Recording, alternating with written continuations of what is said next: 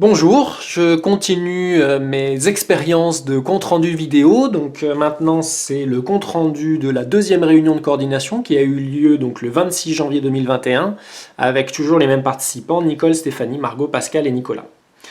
Donc l'ordre du jour de cette réunion, c'était la définition brève de grâce, hein, on en a parlé lors du premier compte-rendu. Les actions concrètes, quels outils, donc hop, la définition de grâce, c'était donc ce sujet-là, d'accord, la première étape du set de communication. Les applications, les actions concrètes, quels outils, c'était cette démarche-là, finalement, pour commencer à permettre l'engagement d'action, donc réfléchir sur ces sujets-là. Et l'application individuelle du modèle grâce, c'était cette question-là, comment l'appréhender.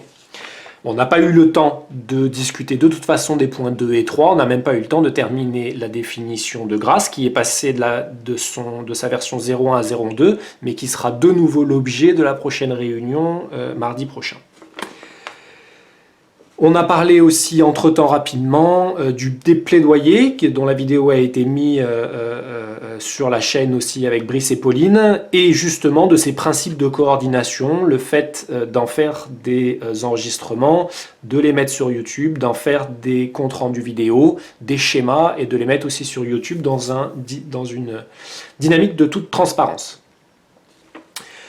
Alors, donc cette définition de grâce, alors, elle s'oriente en quatre parties. La première, c'est notre conviction. Donc, ça va être vraiment les éléments de pensée philosophique nécessaires à avoir pour pouvoir comprendre dans quelle démarche s'inscrit grâce.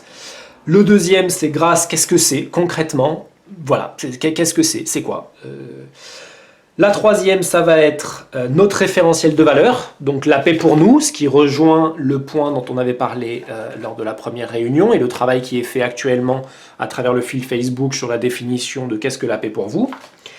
Et la raison d'être, le quatrième, c'est la raison d'être. La cellule, c'est en fait l'outil opérationnel d'interconnexion des réalités qui existent déjà, et donc c'est celui qui est abordé aussi dans l'application de la cellule ici. Voilà, et donc on a pu aborder les 5 premiers et revoir ensemble les 5 premières définitions de notre conviction. Donc je vais vous les lire simplement. Donc les organisations humaines sont des imaginaires communs. Imaginaires communs tels qu'explicités dans le livre Sapiens, ils sont les moyens que l'humanité a mis en place pour s'organiser à plus de 150 individus, mais n'ont pas de réalité tangible à proprement parler. Leur réalité repose sur la confiance et le temps que nous leur accordons. Donc les organisations humaines sont des imaginaires communs, elles peuvent être considérées comme des êtres vivants, elles sont porteuses de croyances et de valeurs qu'elles incarnent dans le monde, elles coexistent naturellement dans le monde, dans une sorte de biodiversité des individus et des organisations. Le système économique en place, basé sur une organisation rigide, très centralisée, n'est rien d'autre qu'une de ces organisations. Il est adossé à un système de croyances et de valeurs, dont la raison d'être est de faire de l'argent.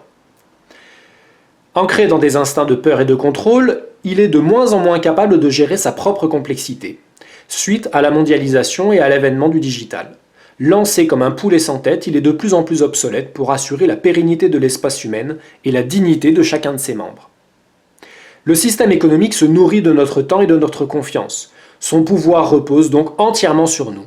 Basé sur le principe de coexistence, il est bien plus cohérent d'en créer un nouveau, par essence plus juste et plus efficient que de se battre contre ou de chercher à l'anéantir. La nature nous montre qu'une organisation organique, par opposition à une organisation rigide centralisée, constituée de cellules autonomes et interconnectées, est non seulement possible mais surtout bien plus efficiente pour gérer un haut niveau de complexité. Les organisations ont la force diplomatique des communautés qui adhèrent à leur système de valeurs et ou utilisent leurs produits et services. Or, nous avons la conviction que suffisamment d'humains sont conscients et prêts à s'engager aujourd'hui vers un système plus sain et du coup réaliser la bascule vers ce nouveau paradigme. Atteindre cette utopie semble plus que jamais possible et accessible à l'humanité. Donc, je vais essayer de vous mettre cette version 0.2 en PDF aussi sur Facebook. Et donc, si vous voulez vous joindre à nous pour commenter ce que je vous ai lu là ou commenter finalement l'intégralité, c'est avec plaisir. Merci, bonne journée, au revoir.